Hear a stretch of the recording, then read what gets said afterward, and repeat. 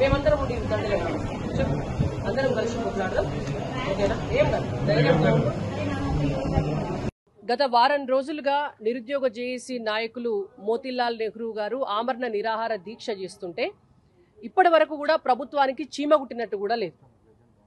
గతంలో ఎన్నికల సమయంలో కాంగ్రెస్ పార్టీ హామీ ఇచ్చినటువంటి జాబ్ క్యాలెండర్ కోసం గతంలో రేవంత్ రెడ్డి గారే నిరుద్యోగుల మీటింగ్కు వచ్చి ఇచ్చినటువంటి ప్రామిస్ గ్రూప్ 2 ఉద్యోగాలు పెంచుతామని, గ్రూప్ 3 ఉద్యోగాలు పెంచుతామని, ఆ రోజు 46 జీవోను కూడా రద్దు చేస్తామని చెప్పి ఒక కమిటీని కూడా వేసి ఆనాడు కూడా ప్రమాణం చేసి ఇవాళ వాటిని తప్పించుకునేటటువంటి ఉపాయం చేస్తున్నందుకు నిరసనగా ఖచ్చితంగా జాబ్ క్యాలెండర్ కావాలని, గ్రూప్ 2 గ్రూప్ 3 పోస్టులు పెంచాలని 1:100 రేషియోలో గ్రూప్స్ విద్యార్థులు ఎవరైతే ఉన్నారో వాళ్ళను మెయిన్స్కి సెలెక్ట్ చేయాలని చెప్పి 46 జీవో రద్దు చేయాలని చెప్పి కాంగ్రెస్ పార్టీ ఇచ్చినటువంటి హామీ ప్రకారం 2 లక్షల ఉద్యోగాలను డిసెంబర్లో భర్తీ చేస్తామని చెప్పినారు. వచ్చే డిసెంబర్ లోపు 6 నెలల కాలం అయింది. ఇప్పటి వరకు ఆ ప్రొసీజర్ కూడా ఏం జరగకపోవడంతో ఇవాళ ఒక నిరుద్యోగి ఆమరణ నిరాహార దీక్ష చేస్తున్నాడు. మరి ఇవాళ కాంగ్రెస్ పార్టీకి ఇప్పటి వరకు కూడా కనీసం ఒకరు రావాలి, మాట్లాడాలి, నిరుద్యోగులకు హామీ ఇవ్వాలి, వాళ్ళకు భరోసానిచ్చి వాళ్ళ ప్రాణాలను కాపాడాలనేటువంటిది లేదు. జీవన్ రెడ్డి గారు అలిగితే 5 మంత్రులు పోయినరు. రేవంత్ రెడ్డి గారికి వాళ్ళ మేము విద్యాశాఖకు మంత్రి లేడు అని అంటే విద్యాశాఖ మంత్రిని నేను ఫుల్ టైం మంత్రి ఉండకూడదా అని నిన్న ఢిల్లీ నుంచి ప్రెస్ కాన్ఫరెన్స్ లో రేవంత్ రెడ్డి గారు మాట్లాడారు. మేము ఒకటే మాట అడుగుతున్నాం రేవంత్ రెడ్డి గారిని, అయ్యా రేవంత్ రెడ్డి గారు మీకు 4 ఉద్యోగాలు వచ్చినాయి. గతంలో బీఆర్ఎస్ పార్టీ అధికారంలో ఉన్ననాడు కల్వకుంట్ల వారి కుటుంబానికి ఒక్క కుటుంబానికి 4 ఉద్యోగాలు వచ్చినాయని తెలంగాణ రాష్ట్రం అంతా కూడా తిరగబడి వాళ్ళని అధికారంలోకి వెళ్ళి దించితే ఇవాళ మీరొక్కరే 4 ఉద్యోగాలు తీసుకున్నారు. ముఖ్యమంత్రి పోస్టు మీకే, విద్యాశాఖ మంత్రి పోస్టు మీకే, హోంశాఖ మంత్రి పోస్టు మీకే, ఇవాళ పరిశ్రమలు వాణిజ్య శాఖ మంత్రి పోస్టు మీకే. మీకు 4 ఉద్యోగాలు కావాలి. 30 లక్షల మంది నిరుద్యోగులు ఉన్నారు తెలంగాణ రాష్ట్రంలో. అందులో వాళ్లకు రావాల్సినటువంటి న్యాయంగా దక్కాల్సినటువంటి ఉద్యోగాలు నిరుద్యోగులకు ఒక్కొక్క ఉద్యోగం అన్నా వద్దా? మరి మీ పార్టీ అధికారంలోకి వచ్చిన ఈ 6 నెలల కాలంలో మీకే మీరు నోటిఫికేషన్లు ఇచ్చినటువంటి నోటిఫికేషన్లలో ఈనాటి వరకు ఒక్క ఉద్యోగాన్ని కూడా నింపలే. ఎంతసేపు మీ పదవులు మీకు కావాలా, మీ మంత్రి పదవులు మీకు కావాలి, పక్క పార్టీల నుంచి ఎమ్మెల్యేలను మీరు గుంజుకోవాలి. దీని మీద ఉన్న శ్రద్ధ మీకు నిరుద్యోగుల మీద లేదు. ఏ 1200 మంది నిరుద్యోగులు ఆత్మహత్య చేసుకుంటే తెలంగాణ రాష్ట్రం వచ్చిందో దాన్ని మరచిపోయి బీఆర్ఎస్ పార్టీ ఒక కుటుంబం కోసం పనిచేసింది. ఇవాళ గంగల కలిసిపోతుంది.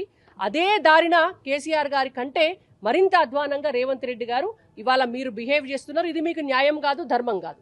నిరుద్యోగులు 10 సంవత్సరాల కాలం నుంచి అంతకంటే ముందు తెలంగాణ ఉద్యమంలో కూడా అశోక్ నగర్లో 2 అరటిపళ్ళు తిని వాళ్ళ ఉపాసం ఉండి చదువుకొని వాళ్ళ ఉద్యోగాలకు ప్రిపేర్ అవుతుంటే మీరు కనీసము ఏ జాబ్ని ఏ ఎగ్జామ్ని ఎప్పుడు పెట్టాలనేటువంటి సోయి కూడా లేకుండా నెల రోజుల లోపల 10 ఉద్యోగాలు 10 ఎగ్జామ్స్ పెడితే సిలబస్ వేరే ఉంటే వాళ్ళు ఎట్లా ప్రిపేర్ అవుతారు? ఒక జాబ్ క్యాలెండర్ అనేటువంటి దాన్ని డిజైన్ చేస్తే కదా మొదలు మీకు తెలిసేది. మీరు జాబ్ క్యాలెండరు డిజైన్ చేయకపోతే ఏ పరీక్ష ఎప్పుడు పెట్టాలనో మీకు తెలియదా? ఏ పరీక్షకు ఏ సిలబస్ ఉన్నదో మీకు తెలియదా?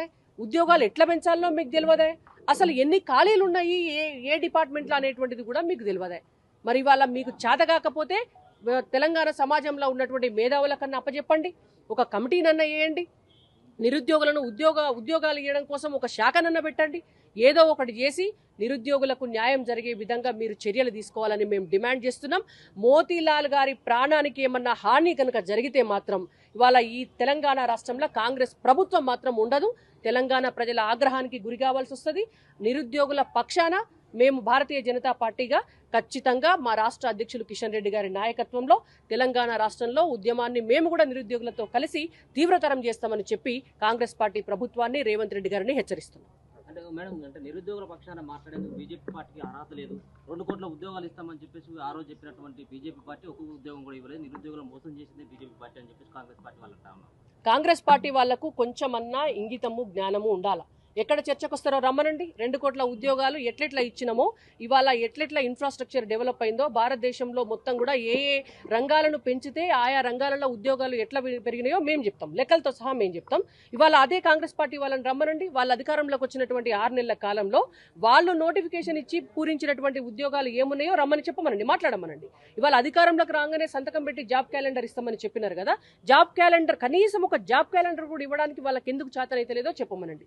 ఇవాళ వాళ్ళు మాట ఇచ్చినటువంటి గ్రూప్ 2 గ్రూప్ 3 పెంపు సంఖ్యను పెంచుతామని చెప్పిండ్రు కదా, ఆ మాటను ఎందుకు తప్పినరో వాళ్ళని సమాధానం చెప్పమనండి. ఇవాళ 6 గ్యారంటీల్లో భాగంగా నిరుద్యోగులకు కూడా యువతను కలిపి వాళ్లకు డబ్బులు ఇచ్చి వాళ్ళను ఇండస్ట్రియలిస్టులుగా తయారు చేస్తామని మాట ఇచ్చినారు కదా, ఆ మాట ఎందుకు నిలబెట్టుకుంటలేరో వాళ్ళని మొదలు సమాధానం చెప్పమనండి.